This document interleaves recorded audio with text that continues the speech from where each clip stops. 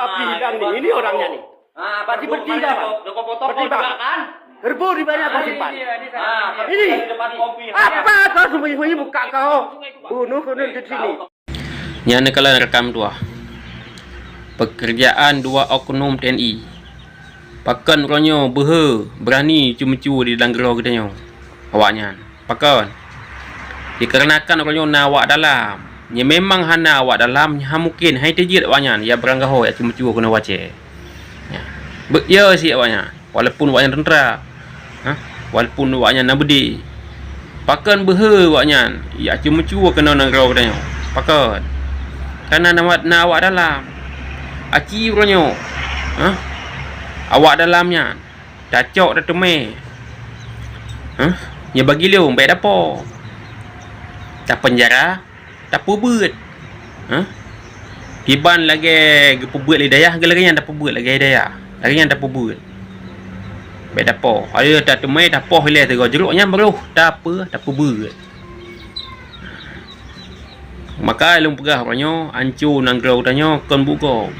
Awak tanyo di orang dalam si. Tak kira am tu hana orang dalam, ha mungkin ya dia lagi.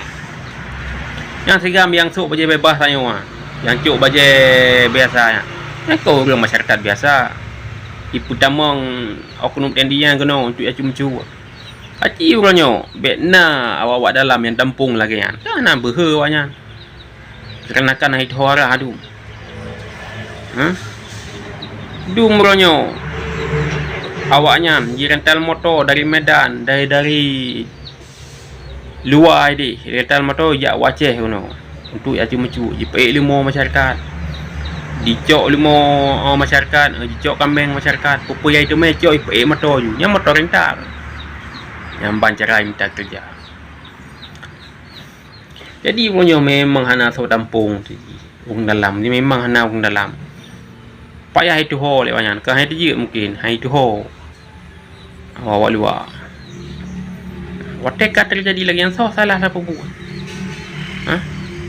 orang draw di orang dalam ti yang kehanat Aceh orang dalam ti orang draw di be ana yang depu bahaya dekat punya dalam perjuangan lagi nanti yang kalian rekam dua pekerjaan dua oknum TNI pakan ronyo berani cuma-cuma di dalam gerau katanya awaknya pakan